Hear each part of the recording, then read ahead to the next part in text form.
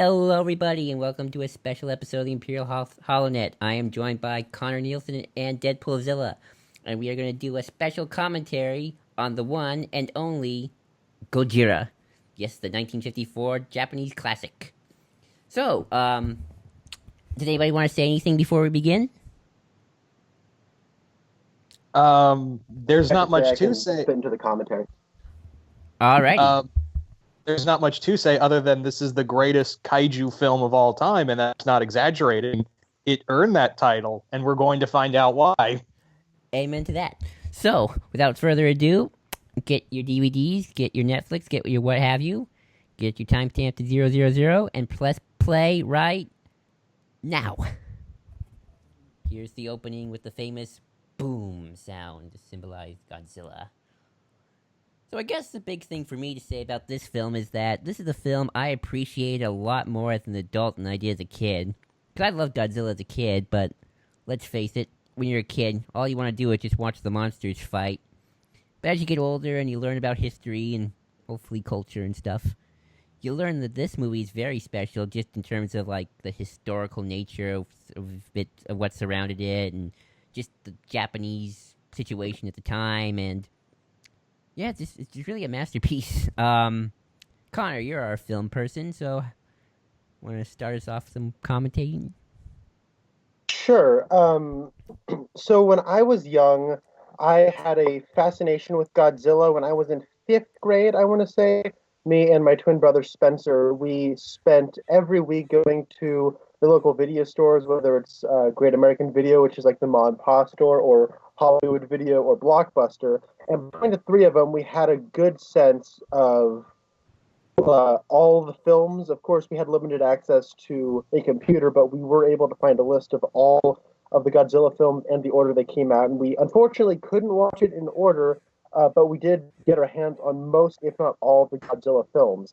But at the time, they were most of them were on VHS, and some of them that were on DVD. Some of the later Hexy and Millennium series releases were on DVD. But a lot of the show series, which is my personal favorite series of Godzilla, were all on VHS. And I was enraptured with it. I loved it. But I didn't see this original film until high school, because the only film I had access to when I was a young lad was Godzilla King of the Monsters, which is the Americanized version of this film, which has insert scenes, which first off, it has a dub, so all the actors have been dubbed over with English-speaking actors, and they shot scenes with Raymond Burr, who is probably most famous for playing Perry Mason, and he was Mr. Thorwald in Rear Window, the Alfred Hitchcock film, and they shot additional scenes to make him the main character, and all he really did was explain what was happening in the movie, and they cut out a lot of the central plot, all the stuff with Dr. Serizawa, and what's her face, like, that's all here. Emiko, I think her name is. Emiko, that's right, yeah. All that stuff's in the Godzilla King of the Monsters Americanized version, but when you watch this movie, you realize just how much of a bastardization that movie is of this movie.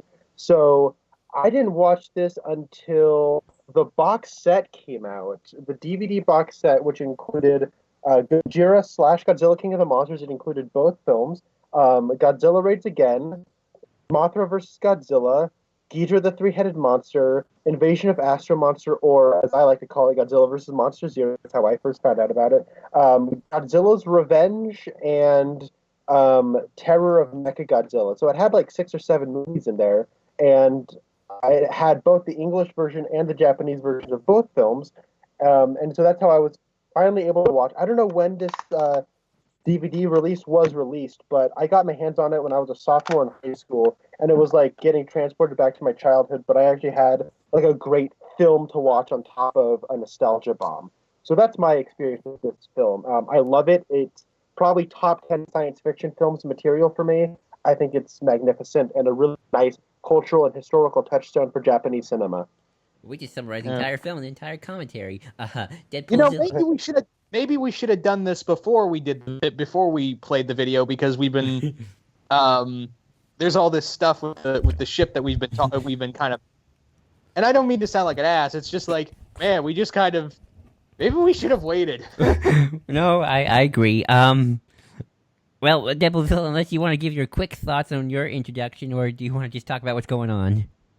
um, I think Connor speaks for both of us because my experience with this film is very similar to his, Pretty. with a few details here and there changed, a little darker too, but I won't get into that. Um, but yeah, this film, God, I forget how beautiful this is, and I didn't see the Japanese cut until I was much older. Of course, I like Connor. I saw King of the Monsters first. I mean, who didn't? As a kid, and like Connor said, it's a bastardization of this movie, which is a gem. But I don't hate it as much as everyone else. I think Raymond Burr really carries the film. I mean, yeah, he's expository, but god damn, could that man exposit? Raymond Burr is who I want to narrate my life. Too bad he's dead, but if he's narrating my life from heaven, that would be great. Yeah. I think what also really made the 1984 film, the 1985 cut with the Roger Corman cut of the beginning of the Heisei films, he really carried that movie even in the end. This is going to sound really fucked up, but I like the ending to Return of Godzilla over the original Japanese cut because Raymond Burr's narration really hits it home. I watched that narration. I agree with you. It's funny we're talking a lot about Raymond Burr when we're talking about the Japanese cut.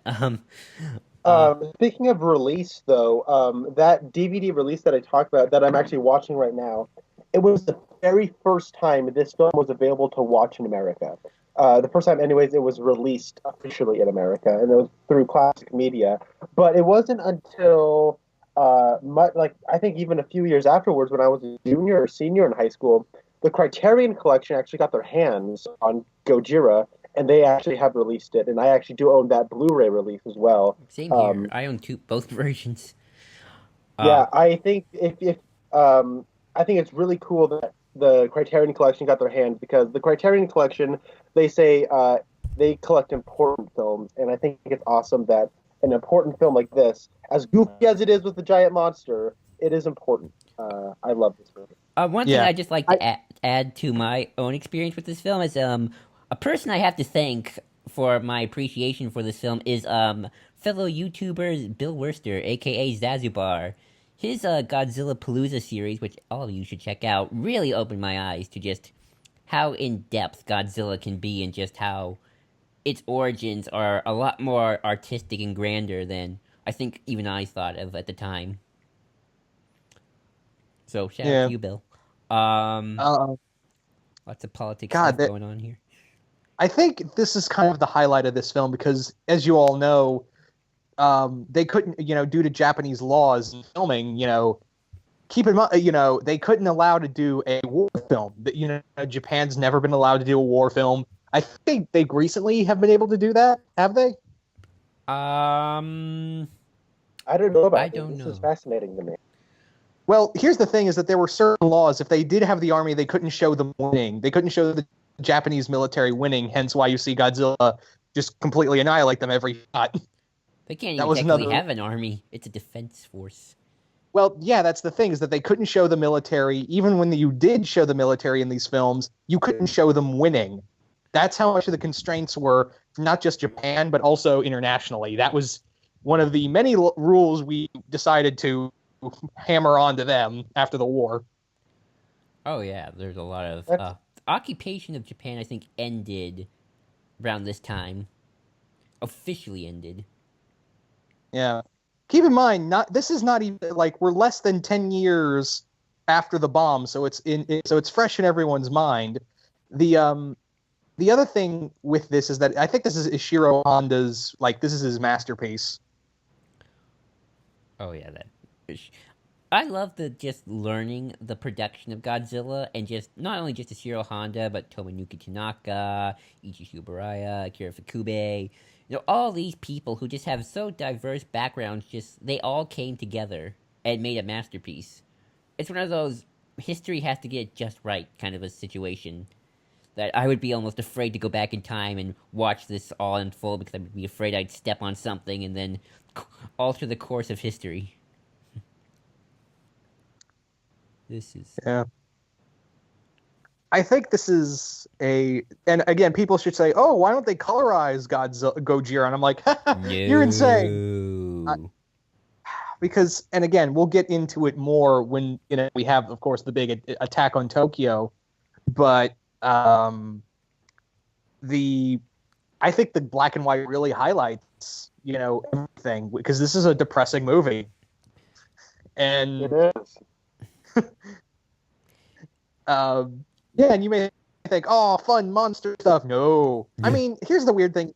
Here's a really jarring thing, and I'm pretty sure you guys can agree with me on this, is that when you watch Gojira and then you go watch Godzilla Raids again, that's like it's light side, dark jarring. Side. I know. Yeah, it's jarring. And keep in mind, they were made in the same year, like only months apart. It's very much like the deal with King Kong, and then they were like, oh, we got to do this before there's any rip-offs, which eventually there were, but that's a different story. But yeah, months apart, and yeah, it's for the second movie, it does not hold up. No, I'm not even gonna bother to watch the second movie. One thing that's interesting is after this movie, it's interesting how prolific Ishiro Honda became. He made a gajillion movies, including the original Mothra, the original Rodan, King Kong versus Godzilla. He had like 3-4 movies coming out every year. Yeah, I mean, if we're taking it all seriously, I would say this is his masterpiece. Although my personal favorite of his is Godzilla versus Monster Zero, which is my personal favorite Godzilla movie outside of this movie. Because that's an interesting thing, where when people talk about their favorite Godzilla movies, we always kind of just take this one off the table because it's so clearly the best that, if you take, everyone has this one at the top of their best Godzilla movies. But after this movie, everyone's list is different. And my favorite is Monster Zero. For me, yeah, I can see that. I can see that. For me, it's Godzilla versus King Ghidorah, excluding this movie, of course. Mine's Mothra versus Godzilla in 1964. I always have to add 1964.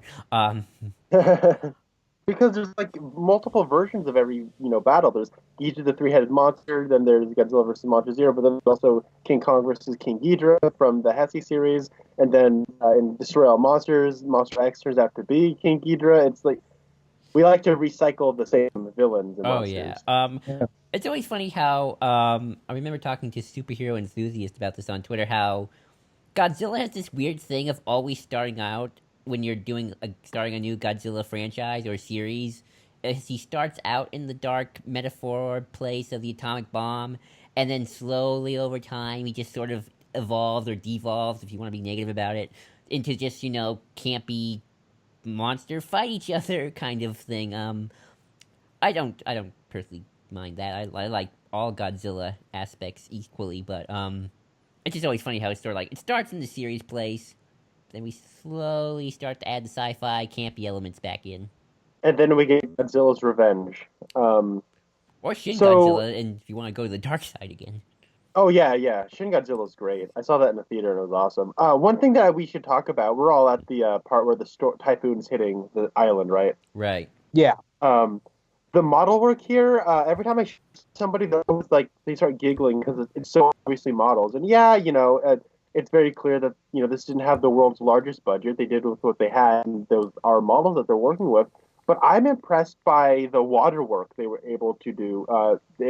To scale, it doesn't look like a little puddle of water that's being thrown at a little model. It actually feels to scale with what a giant, water storm would look like. And the weird contrast with a model work with water that looks to scale, I find somewhat impressive and, in my eyes, a little bit inspiring. It is. It does give you that sense, even though, yeah, it's water being thrown on a model. At the same time, it's like, oh, they know how to do a typhoon scene. Mm-hmm. And I think the model work definitely gets better throughout the film. Of course, again, going back to the attack on Tokyo, but here it's a little obvious, and you can't help but go, I can see it. But even then, there are points in this film where Godzilla looks, shall we say, not very up to par. Mm-hmm. Having said that, this is still a perfect film. I would also say that I think the cast is also, and the cast again has never been topped in terms of human characters in this film. Yeah, I love Dr. Serizawa. He's iconic. He's the guy with an eye patch, for Pete's sake. Um, How he cool is it though? We never take that seriously. It seems like every time a character has an eye patch, it's always played for goofiness or for laughs or campiness. But here, Okay, that it's helicopter played looks completely fake. straight and it works. Yeah, that helicopter does look like a toy, but Yeah, it's one of the few hiccups of this film. You know, it's kind of funny. Akira Kurosawa really wanted to do a Godzilla film, that would have been amazing. but here's why he didn't get it. Because Toho knew that he had a tendency to go over budget, like a lot. Oh, okay. So he's like a James Cameron type. I actually haven't studied or watched any of Kurosawa's films. I just know of his importance and his influence, but it looked like just based on like this. I haven't actually done much research as far as history of Japan and filmmaking and all that sort of stuff because I don't mean this to sound mean or anything, but the Japanese entertainment just doesn't do much for me. I find anime to be an aesthetic I just don't care about, both audibly and visually, and I just doesn't really appeal to me. But except for Godzilla, that's the exception. And it's been a while since I've been on a Godzilla kick, and I've gone back and rewatched stuff. But I just can't. So to reiterate, fuck everything else in Japan, but Godzilla's cool. I mean, I wouldn't go that extreme, but yeah, sure. That's what you say, Connor. That's what it sounds like. I can't be objective with Godzilla, it seems. I love the long, laborious scenes of people talking about science in a room.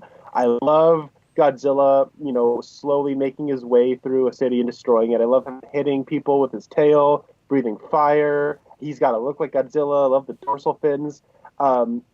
And I think, I can't just be objective. It has to be to my liking, and usually it is, except when it's released in 1998, and then it's horrible. But I love all the trappings of Godzilla. I love the aesthetic of it. I like how there's a seriousness and an earnestness, but also a campiness that I think has always somewhat been here. I don't know. I dig it a lot. We just talked over Dr. Yamani's introduction, by the way. The first of many Godzilla scientist characters, apart from Dr. Serizawa, who there he is. Look at that. And Yamane, the actor who played Yamane, he's in the Akira Kurosawa film Seven Samurai. Oh, cool. Love how he had the sunglasses over the eye patch. That's just cool looking. It is pretty cool. It's not, it doesn't make a lot of sense, but it is cool. How cool would it be if he had like a shaded monocle over one eye and then an eye patch over the other eye? Oh. I think that, and I guess we'll get more into Serizawa when we get more into his character. It's the interesting thing about all these characters is that they are the most complex, and especially with Ogata and Emiko, where it's a love triangle, but it's handled so, very adult in that, they know, they're having an affair against Serizawa, who she's, Emiko's betrothed to, which, that was an actual thing. Japan still did that in the 50s of arranged marriages. I don't know if they still do it today, though. No, they don't. Okay. They cycled that out in, I believe, the 60s. It could be wrong, but I think it's the 60s. But even in the 50s, that's what's the only thing that dates this film is the arranged marriage thing. I don't know, though. I don't know, actually, because knowing that it goes away in the 60s feels like Japan is almost stuck in the past. It and kind the of whole is world in a moved lot of ways. beyond them because, the atomic bomb has made them realize their place in the world and just how it really crippled them. And the thing with the arranged marriage and how it almost feels like they're stuck in an era that's gone by and they almost kind of know it, but they're still kind of going through the motions of it. I think that's actually kind of interesting. Shin Godzilla, I think, really hammered home that message of there is no post-war Japan. But going with, like I said, with Ogata and Emiko, this is what I like. Is like, haha, we're not, Serizawa's not a dick. He's not the abusive boyfriend. He's just, they both care about him, and they know what they're doing is wrong, but they both feel that love, and they know they're hurting him, and they hate it. I think it's a testament because the only other love triangle I've ever tolerated was Dark Knight. So that's. But even then, it was in a rivalry way, and even here, Ogata and Serizawa have a lot of respect for one another. That's true. That's very true. This is the perfect love triangle right here. Yeah. I'm gonna say it right here. This is the best love triangle, and you can probably all guess the worst. Flipping a coin? Like, are we gonna go Twilight? Or are we gonna go Oliver Queen and something that I haven't watched? I was gonna say, Twilight, of course. That's the obvious. Yeah. I thought you were gonna say like a shonen anime. Yeah. But yeah. We're coming up to the reveal, and yeah, I love all the build up to this moment with Godzilla, with showing Godzilla for the first time. And you gotta love how you're 20 minutes in, we haven't seen the monster, and yet I don't care. I'm kind of happy what's going on right here. What's also fun about the name of Gojira is that it means gorilla whale, and he was originally meant to be more like a ape-like whale, because they were really inspired by Kong, and but the budget, they just couldn't get a proper design. They're like, fuck it, let's just do a lizard. I'm very curious. Is it because Gojira sounded like Godzilla is why when it came over to America they just called it Godzilla? Well, Godzilla didn't, King of the Monsters didn't premiere until 1956. Yeah. So I think it was more like, hey, Gojira doesn't sound very threatening. Let's call it Godzilla. Okay, yeah, I thought so. So I think this big reveal is maybe the worst looking Godzilla in the movie. I think it still holds a lot of impact of just seeing it come over the hill. I mean, yeah, it's a fucking puppet, but still, I really do like that. It's like, it's a really big buildup, and then, oh shit, that thing. Yeah, just as far as how it looks, I suppose. Yeah, I'm with you on that one. It got some derp eyes, but it still looks awesome. I mean, I still dig it. I love this movie, but I can't remember what I was gonna say. I mean, look at that design. It's a T. The reason I always love Godzilla is because it reminded me so much of a T-Rex. And what little kid doesn't love dinosaurs? You want to know the fun fact about how they did Godzilla's roar? Yeah, I know this. Oh, I love this. I love this story. They literally just put Vaseline on a cello and just ran a glove over it. Well, it was a contrabass, but yeah. Yeah, but it's like I heard it, like it's always contrabass or cello. Apparently, they differentiated sometimes between the roars. Okay. Fun fact: this is the original Godzilla roar. It's a bit more low pitched compared to the more higher pitched ones that would come in later films. And I feel like this roar, the classic Godzilla roar, is just ominous. Like it just does not sound natural in a horror way. You know what I mean? You know what I'm saying? Yeah, I really like it. Yeah. The one thing, because when you look at it, your mind immediately goes to like a lion roar or this big bellowing deep thing, but it has this weird crack in its voice, and it sounds, as you said, so unnatural and completely different than what you're expecting something like that to sound like. It fits for this movie. This is my second favorite Godzilla roar. My first favorite is the roar from the first Heisei film. The more kind of growly, kind of very low pitched one. Yeah, that's what they mixed in the Godzilla roar with a lion roar. Ooh, nice. Yeah, I like that one too. I think it works. I'm always partial though to the classic, more just high pitched ones. When it works, obviously. So here's a fun fact that again Bill Wurster would probably like to mention, and maybe Deapoolzilla, you can correct me. They don't say he's a mutant in this original movie, right? That's a Heisei thing. They say, well, they speculate. Here's the thing: is that they speculate in this film that he may be a mutation, but they don't really say outright. It's not until like the later show-off films where they're like, "Yeah, he's a fucking mutant."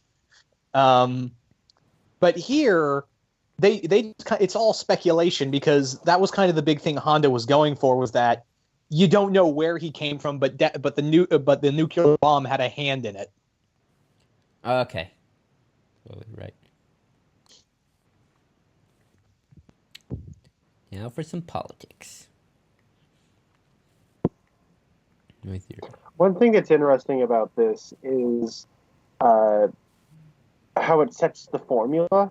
And while, later, like even as soon as the next film, we introduce the second monster, there is a lot of what would come in, monster movies and B movies, even in America and Japan, moving forward, is a lot of the characters are scientists that have to deal with the political climate to some degree. It might not be the smartest degree, but a lot of people are in a room just kind of talking about stuff. And in later films, it sort of pads out the time, but it's really just kind of there so we can save money and in like a blank science room with some contraptions around. But in this one, there's a production value, there's extras around, there's set design, there's costume design, and it's all here to try to establish the purpose of the film. And because as awesome as Godzilla is, and him wreaking havoc is terrifying, this movie is a rather creepy film when Godzilla comes around to destroy everything. It all is built on the discussions they're having now. It's not the discussions are here to pad out the time. I think yeah. I think a good point. And that's no, you go first, Deadpool. And that's where I think it kind of falters in the rest of the films from here on out, is that the discussions are just there to be like, okay, we're just here to move the plot along. Oh, more monsters. Of course, except for Godzilla versus Monster Zero. Well, I would say like the only one that has handled it the best so far after this is Shin Godzilla. I would say that when it comes to other Godzilla films, I feel like we as Godzilla fans rate them just as Godzilla films. But this is the one where, and I would give a few others like Mothra vs. Godzilla myself. Like, those are good films, like in the grand scheme of filmmaking. While the others are just like, that's a good Godzilla movie, but this is a good movie. Maybe you guys can, maybe you guys can help me. But I'm trying to, so with Shin Godzilla, a lot of the talkie scenes are satirical. There's a lot of tongue-in-cheek nature to that film.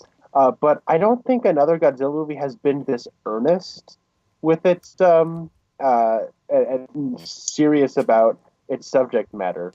Maybe 84 Borderline. I haven't watched that film in a full to really get a good. I would say that this is the one who is the most earnest, because here's the one where it doesn't feel, because even in Godzilla it feels a little biased.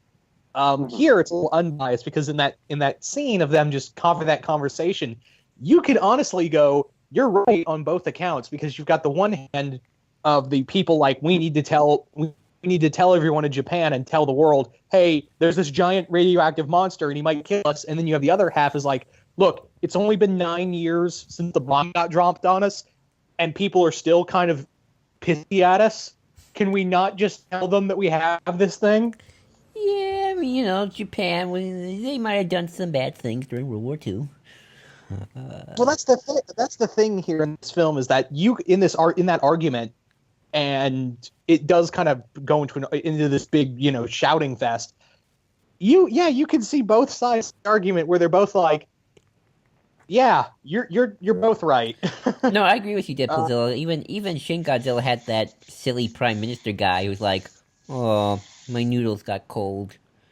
I don't think there are any caricature characters like that in the original. Anno, Hideki Anno, the director of that film, was very anti-government, because at the time that version of the film was more against the Japanese government at the time of the radioactive spills in 2011, No, you're and right. how the Japanese government was kind of very much, doing nothing.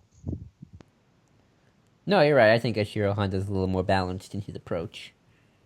He's very Honda's very unbound. I feel like he doesn't hit you over the head, unlike Anno did. Right. And that just speaks to Ishiro Honda as a director and his own. He's a fascinating character. I love the music of this film, even though I have it on mute right now. I always will love an Akira Ifukube score. Akira Ifukube, this man, I think, is one of the best composers in movies, period. He was John Williams before John Williams was a thing. With this guy knew how to do, he made one of the most iconic themes, more, I would say even more like the Jaws theme, and up there with even the Star Wars theme. The Godzilla theme he created is nothing short of, hey, it tells you, even from the music of how he created, the theme he created for Godzilla was nothing short of, this thing is a god and you are going to fear it. Well, the funny thing is that the Godzilla theme we didn't think of wasn't even used until, I think technically King Kong versus Godzilla, but I think Mothra versus Godzilla is like where it really cemented itself as the main Godzilla theme.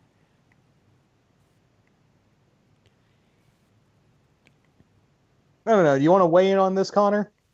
I mean, I love the musical score in this, and the gentleman who I can't recall the composer's name, but Akira Ifukube. Yeah, I'm not even going to try to pronounce that without embarrassing myself. I just had a respect for the man. But going forward, he did do the music for a lot of the Godzilla films. He and Ishiro Honda, and I can't remember the film producer's name, but they're like a trio, right? Like it was kind of their baby, all three of theirs.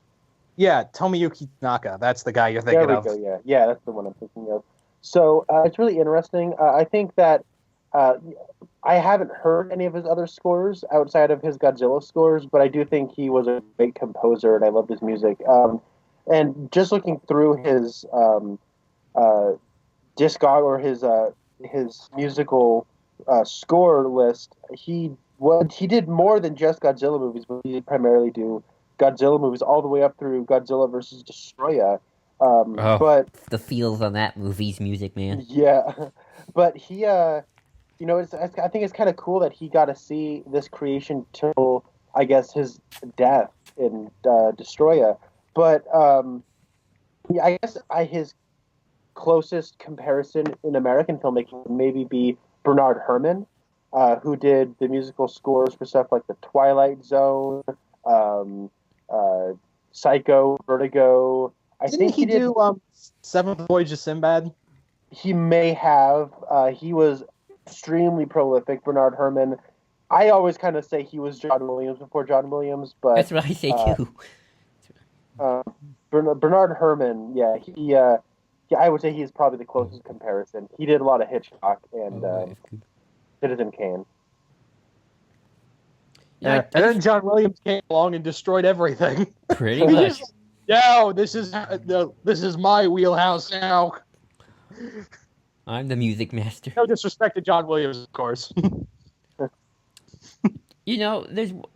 I'm actually glad that Gojira has one trope that doesn't have one trope, and that is the general who wants to blow everything up. That's like the only thing Gojira did not do. If you think about it, like there's no. Well, I think it's interesting that they do that because it's so close to after the bomb. No one wants to blow anything up. And again, Joel, this goes under the regulations that Japan went under in their film industry. That's true.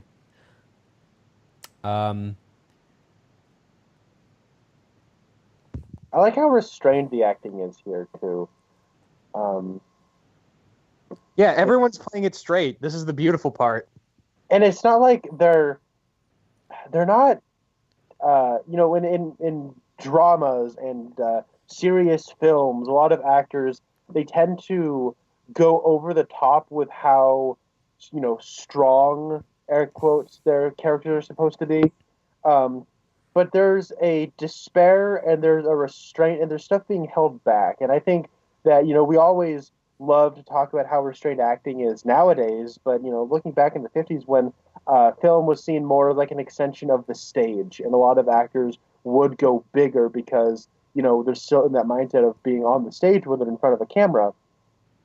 Here, there's so much restraint. It almost feels like a cast of James Deans, so to speak. Ah. Because James Dean was one of those actors who they had to turn microphones up to pick up what he was saying. He was very quiet, and that was where his power was in how quiet he was. And Marlon Brando, too, he later kind of went on and did a similar thing. But here, they're not really chewing scenery. I mean, I love Godzilla versus Monster Zero and Nick Adams just screaming, "You rats, you stinking rats! What did you do to her?" But here, like everyone, including the younger actors and the older actors, and I mean, even there's like some more upper, chipper comedic relief characters, but they're not overselling it. There is still something restraining them in their line deliveries and their physical performance as well. I think this is the only one that really just has restraint overall. I can't think of another Godzilla movie that has this level. Yeah, doesn't what's his face George Takei do the narration for Godzilla Raids Again? The Yeah, he does that. Americanized- Yeah, he does that. And we have that is banana Godzilla. oil. Yeah, and then we have banana oil. I didn't quite hear that. What did you? He says banana oil in the dubbing.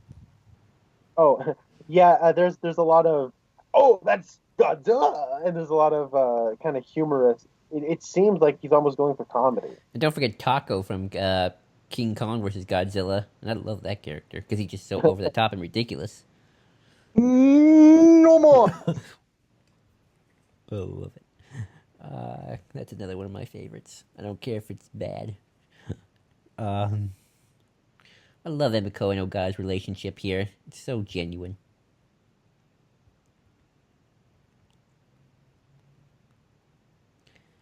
Again, we're 36 minutes in, and yet no monster, and yet I don't care. I'm enjoying it.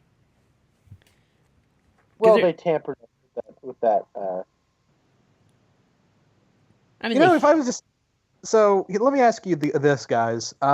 Since Godzilla, Gojira is like the end all be all of Godzilla films, what would you consider the second best? What would you consider second place? Mothra versus Godzilla 1964.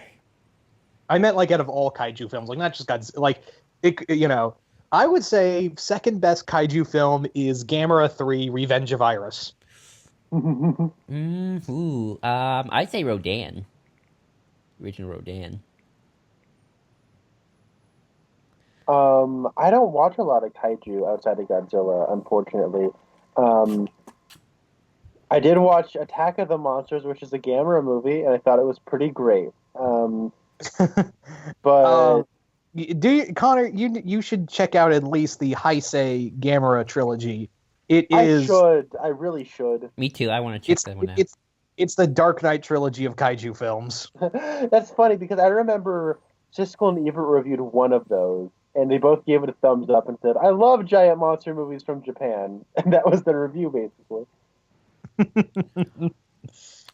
Although I can honestly say one could make the case for Shin Godzilla too, because that's I would say the second Godzilla film to really try to master the artistic side of just going beyond being a kaiju or even a Godzilla film. But And that was oh no, you go ahead. Sorry. Godzilla film of 2014. Oh, I was saying, and that was in large part due to the in response to. Yeah, 2014. Oh. You didn't went quiet. Mm-hmm. And here we get some foreshadowing to the Oxygen Destroyer, which would later become one of the great symbols of Godzilla technology. apart from some of my favorite military weapons, like the laser beams that they introduced in, I want to say, one of the Mothra films. Hey, Connor, you still with us? Yes, I am. Okay, sorry. Are you there? Oh, sorry, you went quiet on us for a second. Um,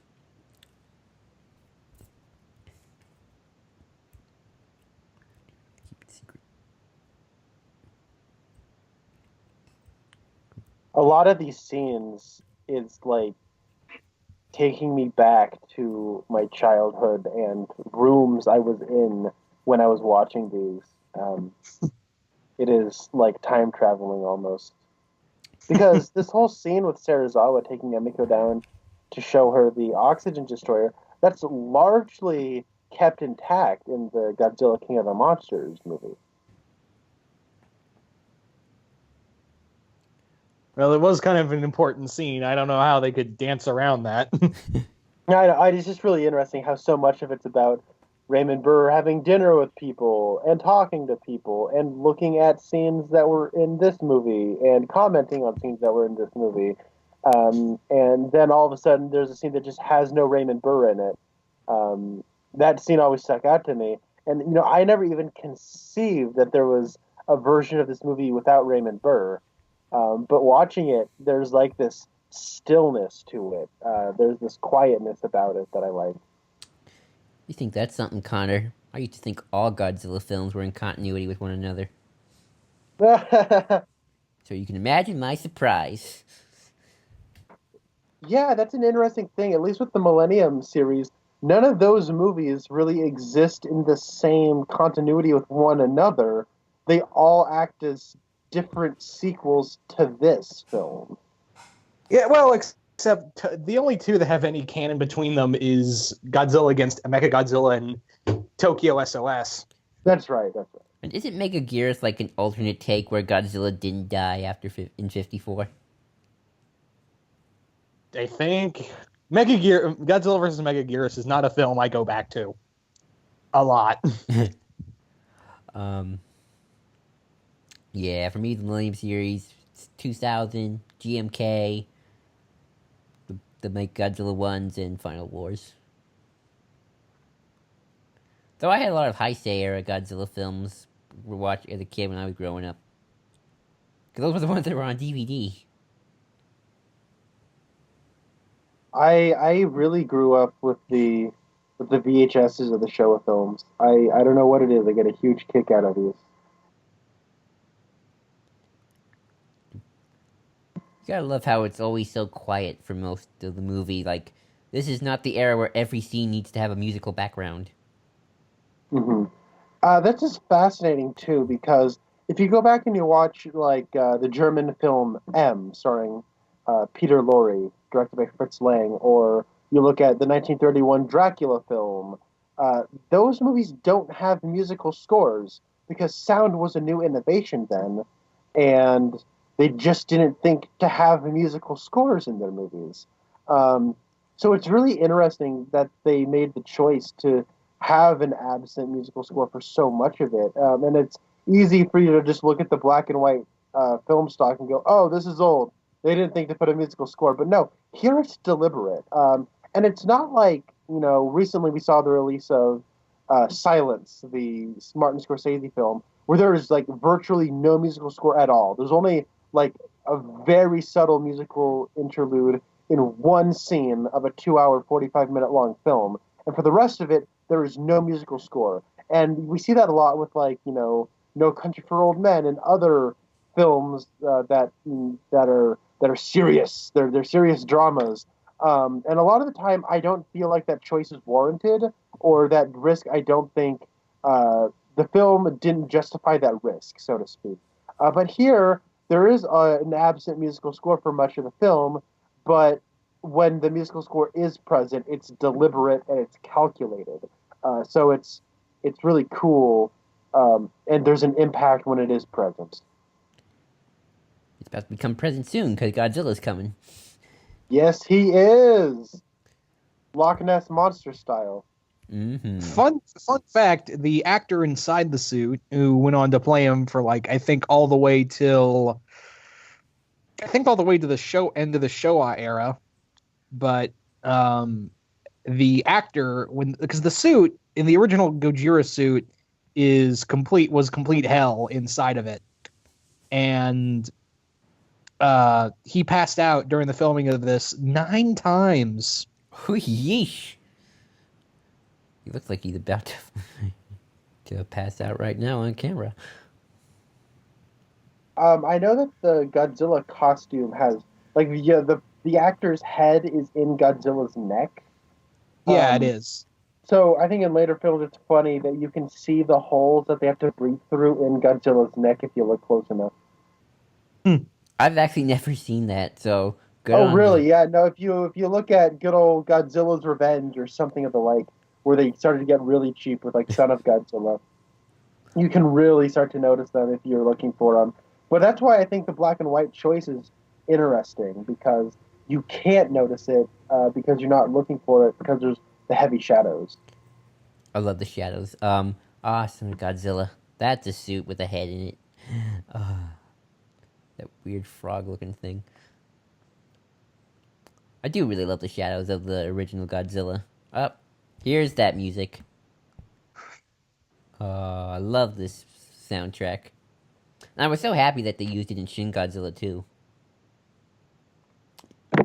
Hearing that music come on in a theater was like my long lost dreams coming true. I was like, when I heard it, like, oh my god, I actually know what that piece of music is. They're using classic Godzilla music. I couldn't even say that for the 2014 movie, and I kind of wanted them to use classic Godzilla music. I was okay that they didn't, but still. There's just something about hearing some Akira Fukube in the theater that's like, the feels, man. And here Godzilla's about to attack a train. I forget, does King Kong attack a train in the original King Kong? Or am I thinking of... Yes, he does. Okay, so this was probably their ode to King Kong. I love him throwing it out of his mouth. I love him just chucking it out of his mouth.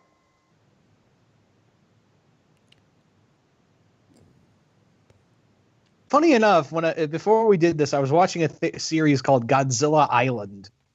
It's a TV show from Japan that was in the 80s, 90s, and it's literally like these 3-minute shorts of these, and it's, keep in mind, Toho made this.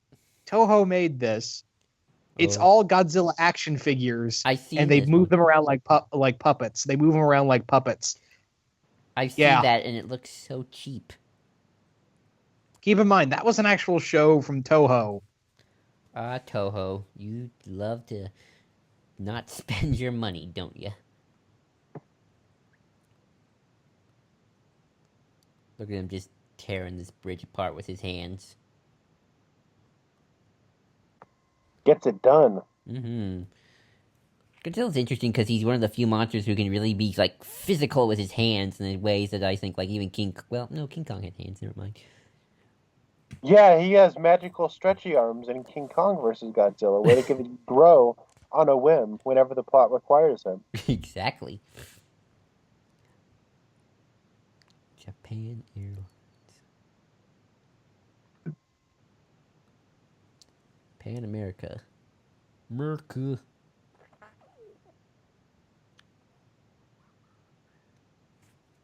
Here's another council meeting. They had a lot of extras in this movie. This really was quite a production. Even though they clearly didn't have the biggest budget, they did use their budget.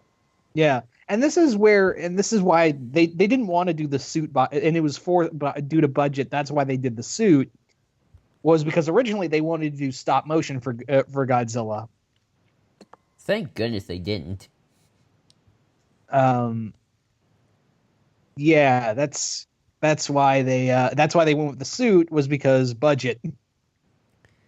Thank you, budget. See, this is why art requires limits. So says the director of Wrath of Khan.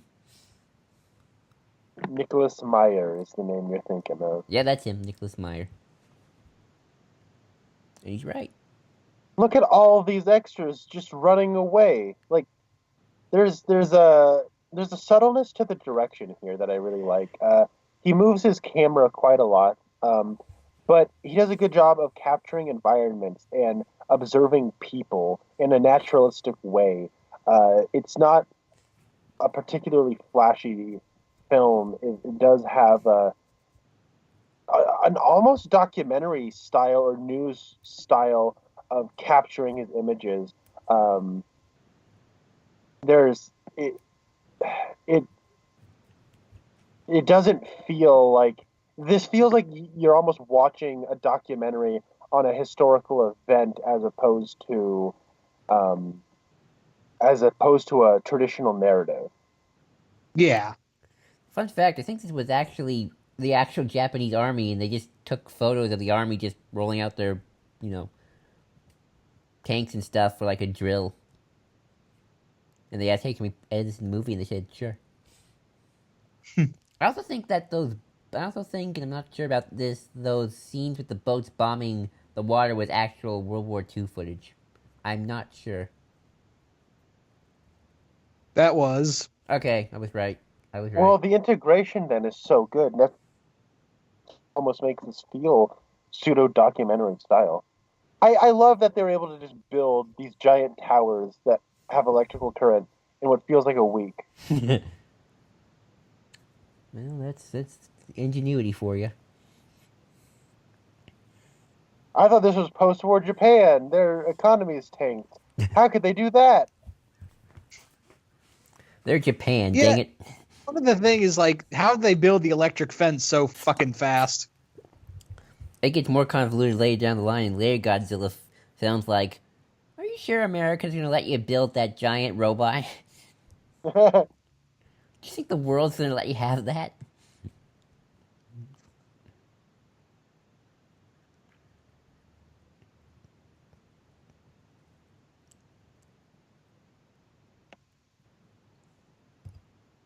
Oh, hey, jump cut. Ooh.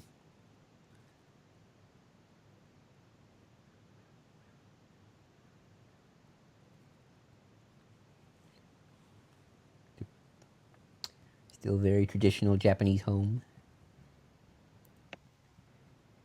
We saw it on the island, and I think we see it in this film. They sleep on the ground as opposed to bed. It does Yeah. sort of make this feel like they're stuck in an era that passed them by.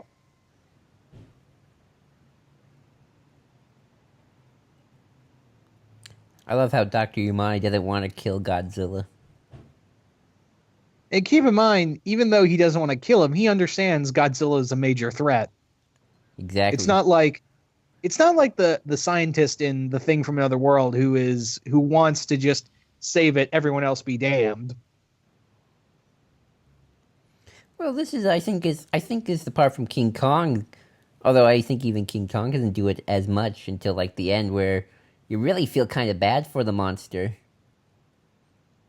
It didn't do anything wrong. It just got nuked.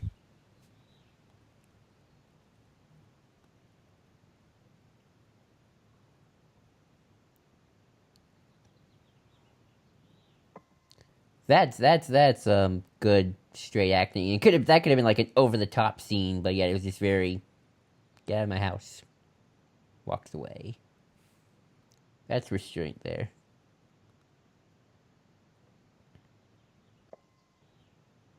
I remember the English dub for Godzilla King of the Monster where he's like, Godzilla should be studied.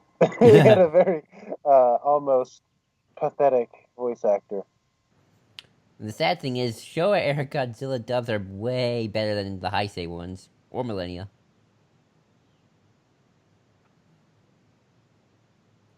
I mean, they're not great, but they're way better. I love how we cut on like certain things, like those birds. Just sort of like everything's quiet. It's kind of eerie, like a good horror film. I think this is the only Godzilla film you can actually call a legit horror film. I don't think you can say that about the others. Well, maybe a few. I suppose you're right.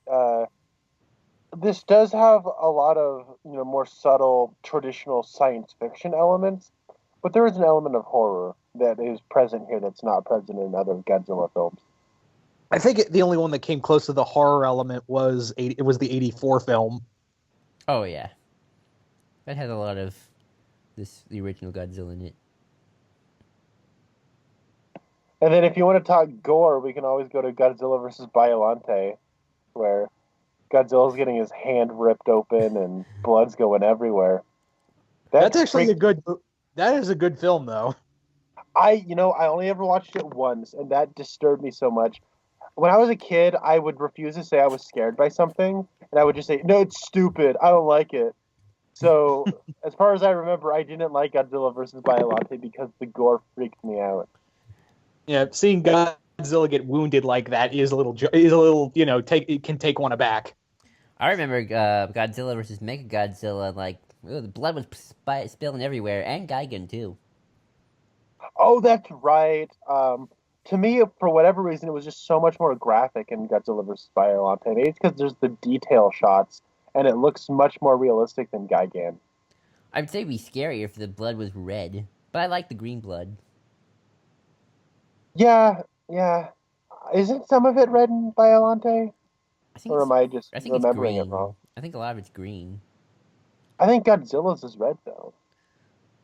I'm gonna have to go back and watch it, but I think it's like dark red or light red. I don't know. I think it's great. Well, if we do a commentary on that, which I hope we will, we'll find the answer. And here's the atomic breath. I love the smoke that just comes off of those towers, and the grayness of his atomic breath, and how it contrasts with the black and white of his surface. I love how it melts. So it looks so beautiful. All this carnage is some of the most gorgeous cinematography you'll see from this year or from this era. It looks magnificent. And I love how these shots linger too. Like, he just lights this building up, and it's a long shot of the building catching fire, and he walks in front of it. And the musical score is playing. Fun fact: I always hear this story, so I'll tell it. When they recorded the March, the Attack on Tokyo soundtrack, which is playing, I think, right now, they actually played the film while recording the music, and that kind of the people watching were like, "Ooh, this is kind of eerie and scary." So it's like it really helped with the atmosphere when recording the music. I also love the atmosphere it provides. Oh yeah. There's a certain emotional cue it hits in you. For me, it's not necessarily fear. It's just this sense of awe. It's a sense of awe that puts a pit in your stomach. I say awe and dread. That's a good way of putting it. Yeah. Oh, this model works really good. I love it's all on fire. Oh, some of the car scenes. Yeah. Of course, some of these car scenes coming up are derp eyes. He has derpy eyes. No, I like how crazy he looks. Oh, hi, car. Oh, that's a little fake. Oh, here comes the worst one. That's a toy. But this distraction scene, man, it's still good. It's real good. It's also funny that people say Godzilla always attacks Tokyo, and I don't know, does he attack Tokyo in every film? I think he attacks more cities than just Tokyo. I just think that's the city most people attach with Godzilla, so they just arbitrarily say Tokyo. Every city in Japan is Tokyo for people who don't live in Japan. Pretty much. Mount Fuji, Tokyo. That's it. And the interesting thing is that another historical fact about Japan, I believe, is that during this time, buildings could only be a certain height. So that's why Godzilla looks so big compared to the buildings. Oh, that's really cool. Yeah.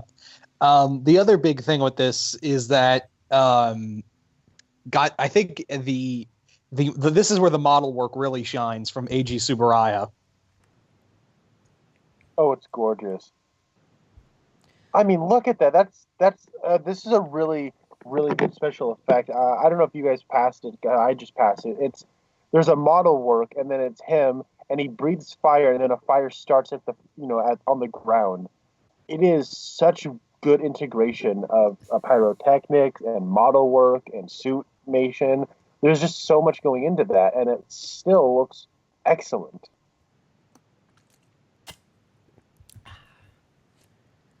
I always love the story that people tell of when they were planning the attack on Tokyo in the movie. I think it was like Ishiro Honda and the producer Tomoyuki Tanaka were like on a building in Japan. They were like, okay, we're going to destroy this building, we're going to destroy this building, that building's getting on fire, and the policeman heard them and like took it a bit out of context at first.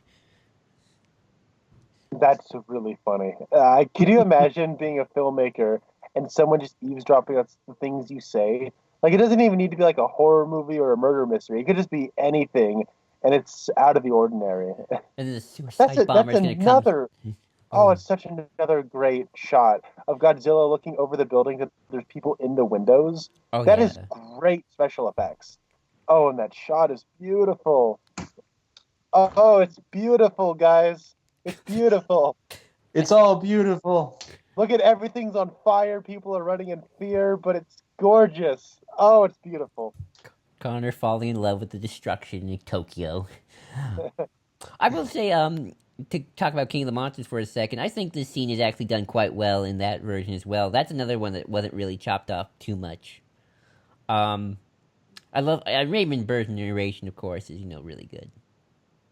I have to disagree. I think it takes away from a lot of visceral impact. Like, this is relentless. It just keeps building and getting more and more chaotic, and like everything's just going down, and then there's it all just sort of permeates with this mother cradling her children, and it just, these images are relentless, and they just keep showing the carnage, and they keep going in and in and in, and it's wonderful.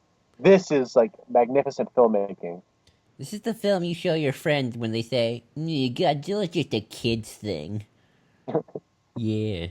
If I had seen this as a kid, I would not have forgotten about it. And I probably wouldn't have liked the other Godzilla movies I watched after it, because it probably would have had such a profound impact on me.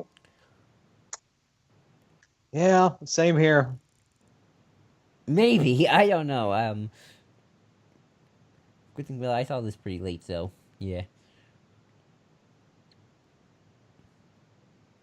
Look at that. Get it! Yeah, get that clock tower. Ah, the clock tower. Get it! Yeah, get it! Yeah! He's eating the clock. Boom! Take it down. And I love how it's just completely silent, except for the clock tower.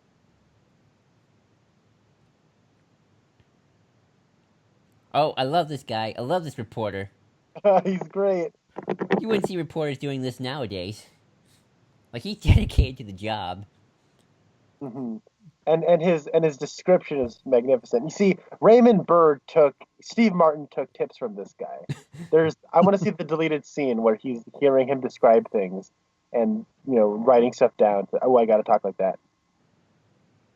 This is not a play or a movie. This is real. The most extraordinary. And this transfer that I'm watching it on, I don't know if it's on the Criterion release, but there's a lot of ghosting in the framing. Oh, here's the music again. It totally works, I think. Yeah, I'm with you on that one. This is not a movie that should be clean. It looks scary. I don't know which one. I think I'm watching on the Criterion Collection too. This is a movie and it's so weird that you see all these dark shadows and you see how everything just hooks into you. And it's so weird that none of the Godzilla films come close to this ever again. I think this this is a weird is the shot. best sequence of the film. It's so good. How come Connor? I'm sorry. What did you say, Connor? I didn't hear you. I said this is, in my eyes, like the best sequence in any Godzilla film. It is. Yeah. This is essentially the climax. Yeah. Oh yeah. Connor, that scene a few while ago where Godzilla was turning and he was breathing his fire breath. How come it looks so different from everything else? I always noticed that.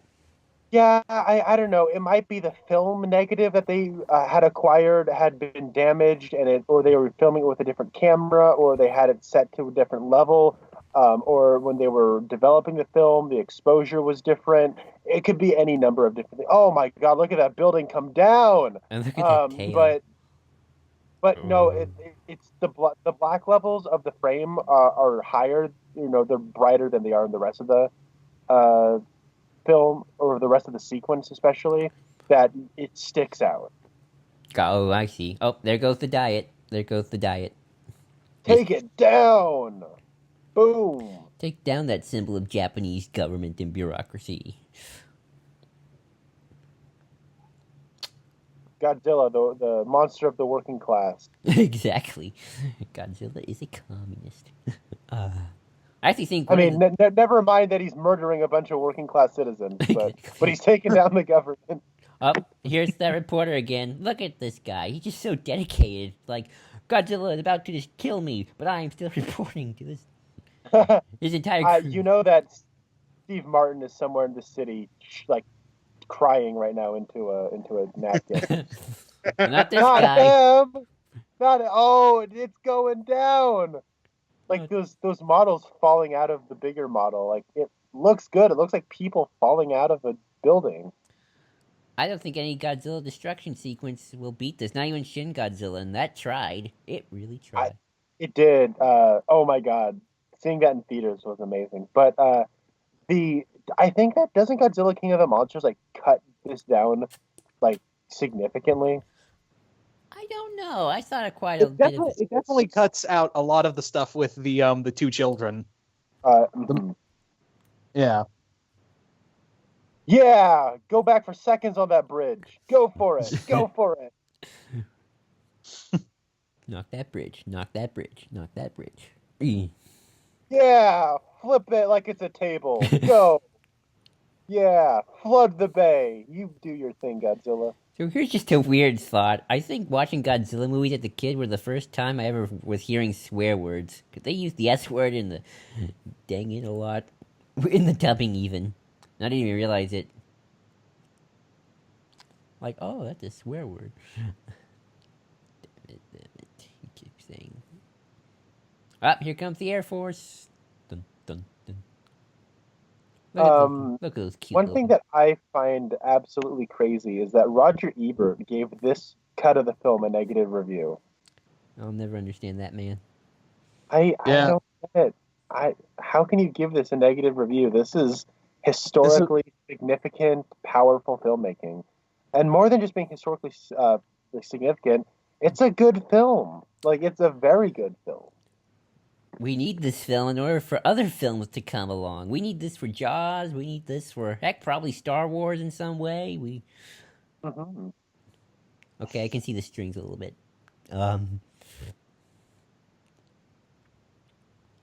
You never like laugh at Godzilla when watching this. You never go, "Oh, look at that! It's just a silly man in a suit." Nah, I take him seriously.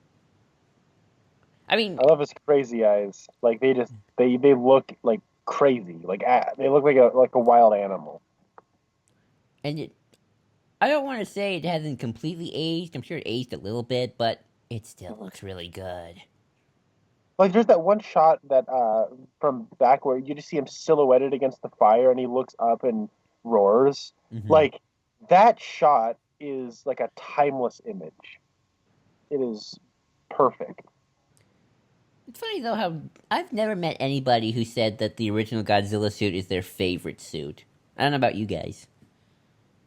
No, I mean I get why. Like they've refined it, they built on it. It's a very classic image. It is something that, I don't think anybody would ever want to change from this film, but Unless you're the I think director of they '98. improved. Roland Emmerich, just go away. Go away, Roland Emmerich. But I think that, it's vital to what came afterwards. Oh yeah. I mean, as long as you have the basic concept of he's upright, he's got spines, he's got hands, he's got arms. Gareth Edwards, he knew that. Look at that. Look at that destruction. And here's the opening to King of the Monsters. Yeah, This- we do the weird framing device, don't we? Yeah. And I think this is like the real first monster film that shows the aftermath of a monster attack. Oh, look at the poor little girl.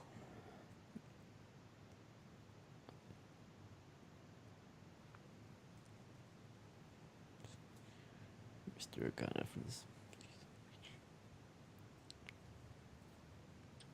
Ugh. It's like looking at the news. Hmm. Yep, definitely like looking at the news. You're right, Connor, about the documentary thing.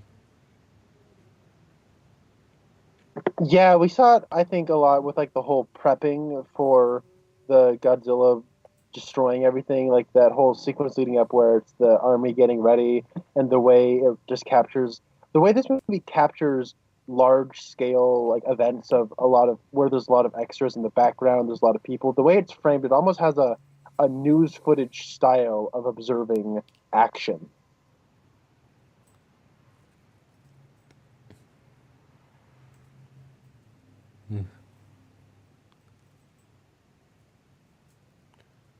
Now she has to make the big sacrifice.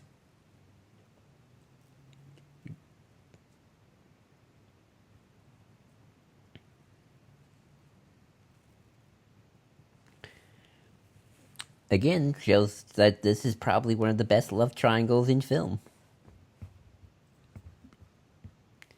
She doesn't want to tell him, but she has to.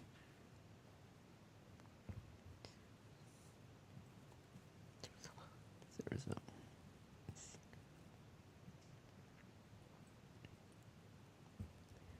I think Godzilla is one of the original Godzilla is also one of the best in not showing Godzilla but having his impact all over the film. I agree. He's always felt. His That's the presence. thing. That's how I feel like the big beauty of this is that even when Godzilla's not around, he's still being talked about. He is still being dreaded no matter what. I mean, that's what Jaws did. And why do you think Jaws was inspired by Godzilla? In big Well, I way. think the thing that Godzilla and Jaws get right that I don't think a lot of monster movies get understand is that it's about the people. Jaws is about three men, and uh, and it's about their stories. And the shark is ultimately just there to kind of provide a foil for all three of them, and it's more of a vague concept um, as a shark than it is like about the monster killing people. In this movie, it is about these characters from Dr. Yamane, Dr. Serizawa, Emiko. Um, it's it's about that like the whole Japanese landscape and what it meant politically and socially and what it meant during 1954. You can reflect all facets of that culture through these characters, and it's about them first and foremost, and Japan as the larger whole. And then Godzilla comes on in, and it's there to be the antithesis of what they want. It's what makes him a good villain, and it makes it a great film. Ultimately, is the character dynamic is that strong. And that's something that's never really captured again. I mean, I like some Godzilla human characters outside the original, like Shindo from Godzilla vs. King Ghidorah. I think that's kind of it. I'm sure if I could think of. Miki Sagusa is one of the best human characters. Oh yeah, her too. She actually gets to be in more than one film. Um, and that's well, he's not really a character. The two Japanese businessmen from Mothra vs. Godzilla, but that's because they're more funny than anything else. With Oh the Hitler stashes. yeah. Oh, and the American guy from Godzilla vs. Monster Zero, whose name escapes me. I know the actor's name is Nick Adams. Right, Nick That Adams. oh man, I love that movie so much.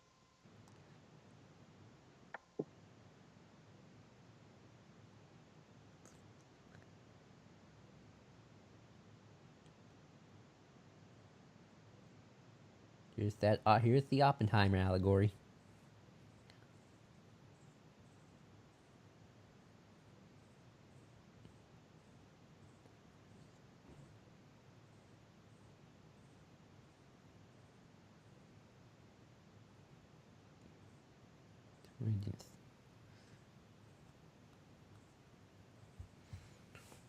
Ah.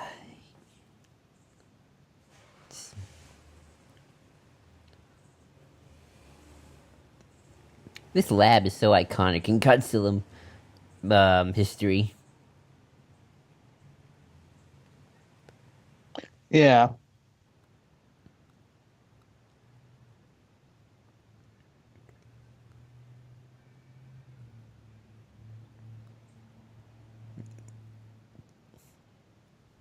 Oh.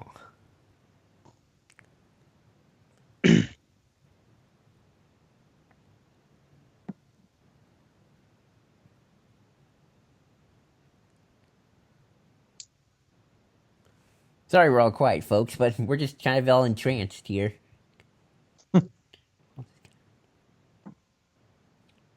This is a really nice set for a house.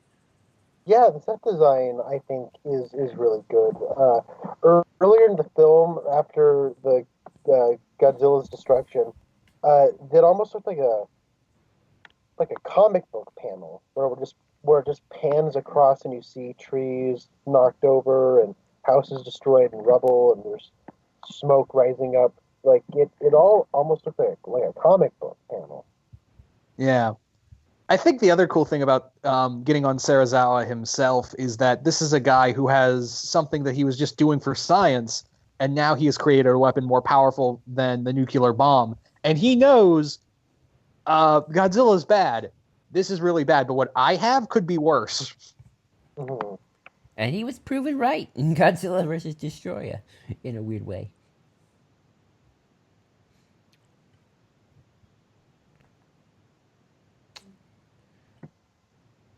I mean, I would be like Serizawa. I mean, I wouldn't trust the people.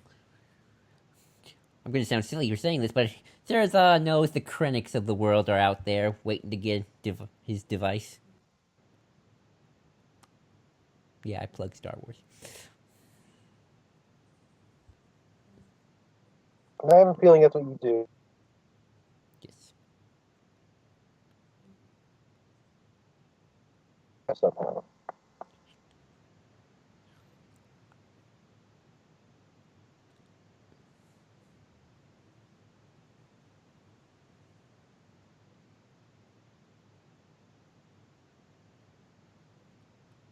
Ooh.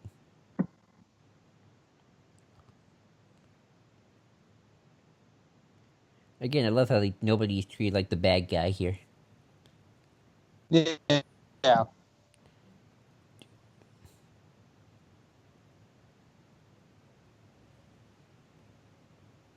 Ooh. I love how they cut away and just hear the...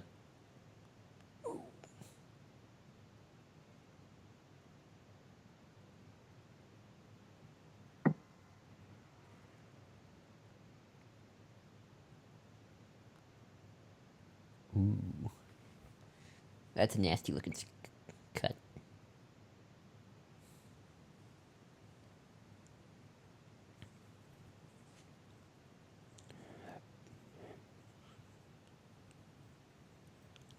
Look at this actor. I always forget, what's the actor's name for Serizawa again? I forget his name. I think it's Asian Jonathan Crane. He would do more Godzilla films, right? But this is probably his best. No, this is his Yeah, best. he would do multiple roles throughout the entire Showa era of Godzilla. I think a bunch of actors did, because that's the Toho system for you. They would own your soul. Pretty much. Yeah. I mean, they're the reason Ishiro Honda was a loyal company man for years. I mean, he technically directed Godzilla's Revenge.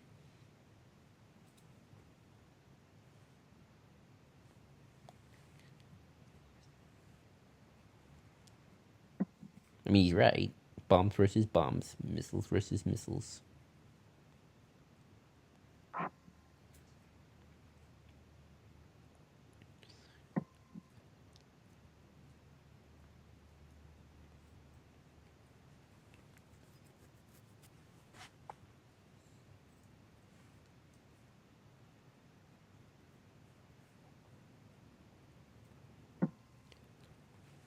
Serizawa is one of the few times where I feel where they use the trope of the tragic scientist instead of the mad scientist.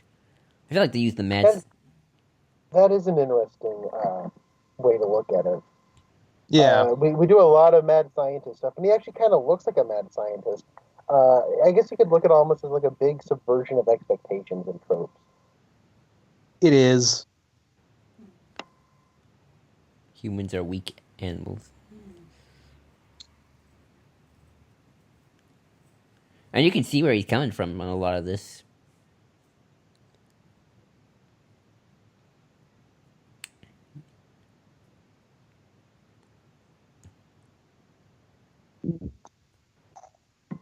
You feel so sorry for him.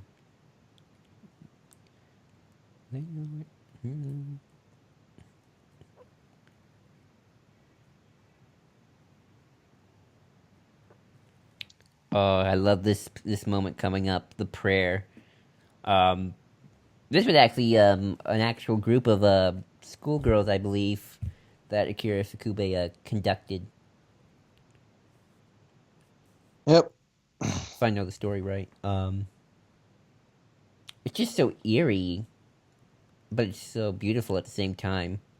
Yeah, and it's haunting, and it stays with you, and it's one of those iconic moments that it lingers with you after you watch this movie. It's always kind of sad when you think about how in America this film didn't get a wider release. Although I don't know if it would have done well. I don't know what America's reception to Japanese movies were at the time that weren't dubbed or highly edited. Connor, you're the history buff among us. Would you know? See, I repeat the question because I just don't know a lot about Japanese history. Oh, like if this film had been a wide release, because I know it was released, but just in small Japanese-owned cinemas, and it was like, Well, yeah, that's the thing. Like, even to this day, America sucks at showing foreign films. Um, you have to go to independent theaters, or theaters that have 18 to 20 screens, and they'll eventually have maybe a foreign film if there's like the theater I used to work at. It would show Spanish speaking films because in the community in which it's set up, there's a very large Hispanic community. So um, we showed movies like that would not be shown anywhere else around Portland because of the community. So yeah, unless it was like a Japanese specialty store or like an art house theater or an independent theater, then it wouldn't be shown there. And I hate to say it, but even today, the same thing would happen. It would only show in theaters that were very big, and it would show like maybe twice a day on the really small screen, or it would show in specialty theaters. And that's the shame with it. We need to be better at that in general. yeah, I mean, I had to catch a special screening of Shin Godzilla at a local theater at around like 8 o'clock at night, and like that's not my normal going to theater time. Thankfully, I went with my dad, so it was all well. But I'm glad this film is now on DVD, and I feel like it's starting to regain its due. Maybe not as it probably should, but at least in terms of like historical nature, it's like it's getting its due as like the one of the great films of the 20th century. Yeah.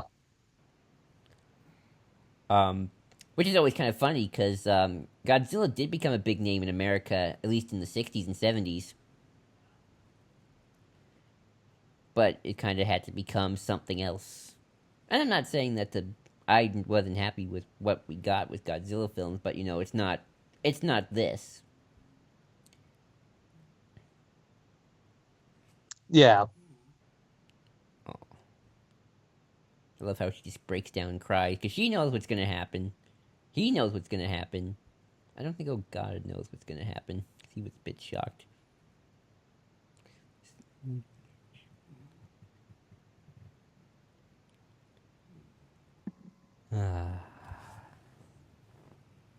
All right, this is it. Here he comes. The big finale. Yep. And dear Lord, does Akira Ifukube really hit home the ending scene. The feels, man. The feels.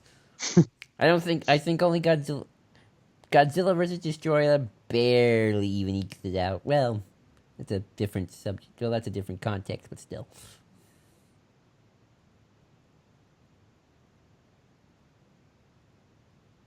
So those radiation readers, those Yeah, are like, I always wanted one as a kid because I thought they looked really cool. you always wanted a Geiger counter. Yep. Yeah. Go into your backyard, see if there's any radiation. If you live in Nevada, there's Well, you probably a see, bunch. I would have loved to have made like a Godzilla movie with like on like a home camcorder or something, and used that as a prop. Like I was always looking for props as a kid.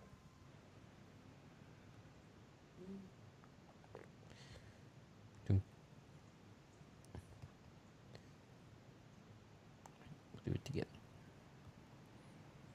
I love it how they do it. Just at the end, they do it together because it kind of just continues that whole love triangle aspect. Okay,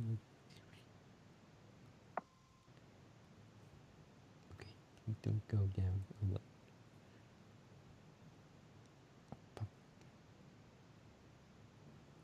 I like how they say the words "oxygen destroyer" with a straight.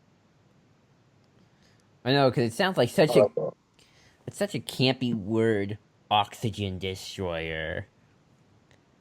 Sounds like a comic book weapon that a supervillain would come up.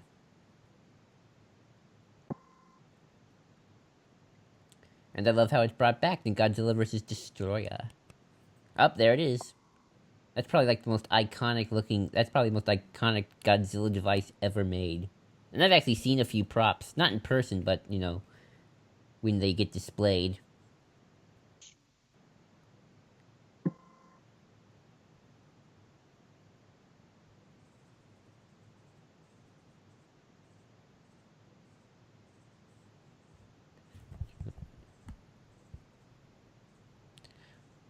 And you gotta still love how, again, there's no music soundtrack until just the right moment.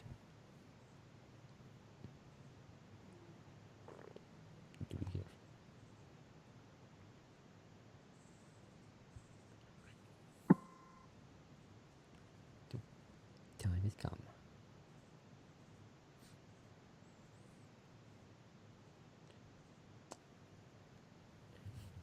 I feel like you could break down the Godzilla character tropes in terms of military guy, science guy, reporter guy, and a normal person. Yeah. You always have at least one in a Godzilla movie. God, how the scene all builds up is just beautiful. Mm-hmm. I always love when they have flashbacks to this moment in other Godzilla films. I don't think they do it that much. Just Godzilla versus Destroyer, and I think that's it. Can you remember any Deapoolzilla? If there are, it's not coming to mind right off the bat.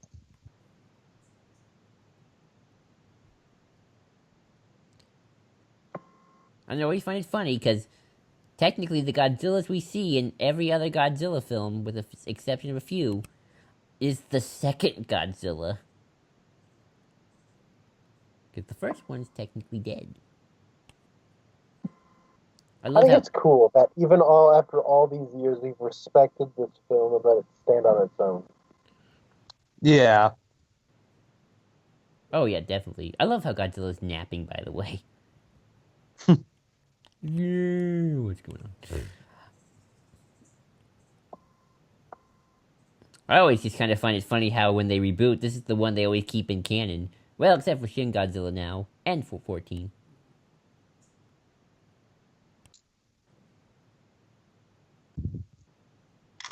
Don't I wonder. I'm always curious how they did this particular scene. Like, where did they film it? Like in a tank or like a. I would imagine a tank. It looks great, though. Oh yeah.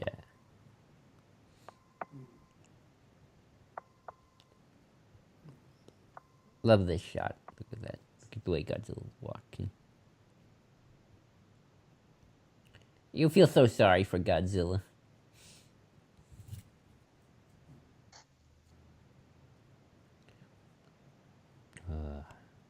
The music here, man, it's beautiful.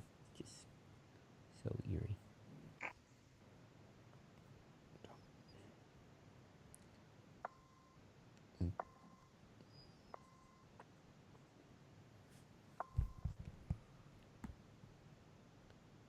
Start pulling.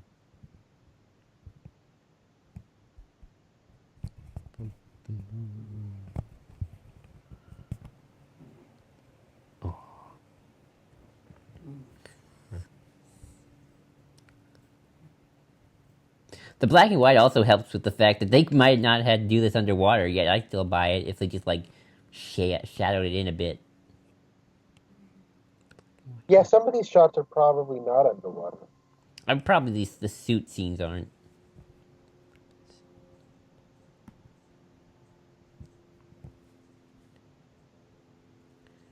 And Serizawa makes his sacrifice.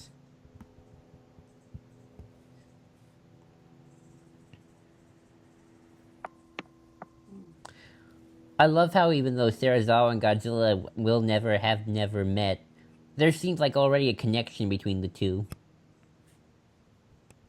It does, because it does feel like they're these two things that one's created something out of science and has become a weapon, and the other one was made a weapon out. They're both like basically made of weapons out of war in a way. Exactly. It's just like these two are connected, even though they've never met. And that's something you rarely get with Godzilla films, where it feels like the heroes have like a personal connection to Godzilla. I think the only time they really got that was in Godzilla vs. King Ghidorah in 1991. Well, I mean, what about Godzilla 2000, where the guy goes, Godzilla! And then he gets smashed. Oh, I forgot about that.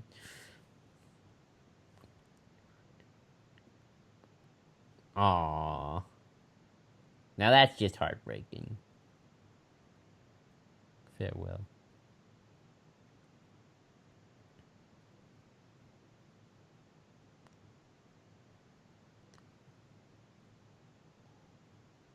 Oh, this is just heartbreaking.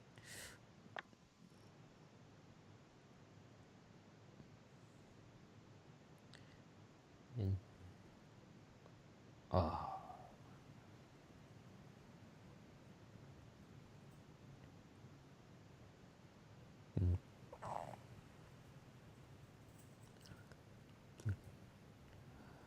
There.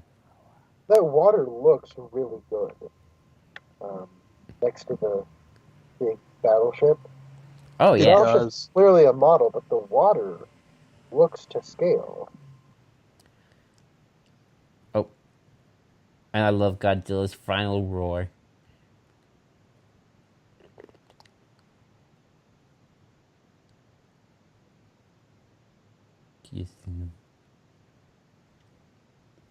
Just look at that puppet work. And then he just collapses.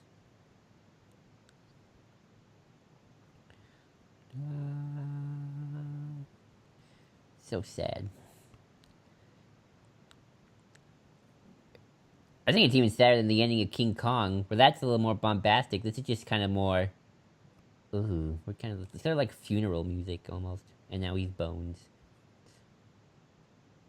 Yep. Yeah, Godzilla got boned by the Japanese. Yeah.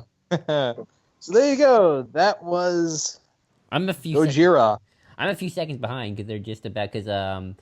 Yamani's about to give like that final speech of if we don't stop nuclear bombs, we'll get more Godzillas, which is not a sequel bait line, despite there being a lot of sequels after this. I don't think it ruins the message, but it's kind of just funny if you think about it. Like, he says that, and then eventually, Godzilla sequel, 2 years later. No, it was a few months. Oh, really? Oh, wow. Yeah.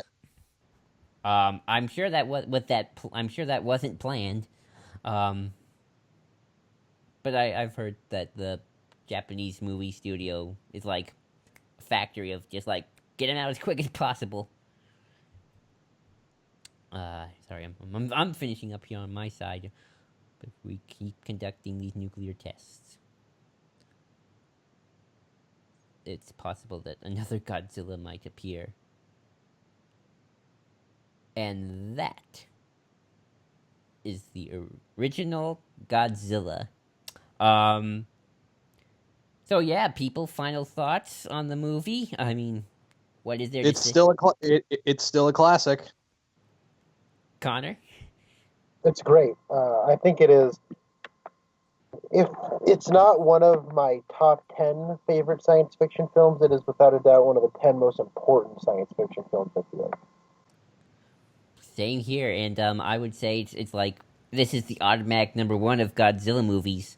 Despite not being my personal favorite Godzilla film, it is number one. Nothing can beat it. I don't think anything will ever beat it. You can't capture lightning in a bottle. And with that, Yep. people, um, I was. This is the Imperial Hallnitz with a Godzilla commentary. I am JID123, and thank you, Connor and Deadpoolzilla, for joining me. And hopefully, we can do another Godzilla commentary soon. So, signing off. Later.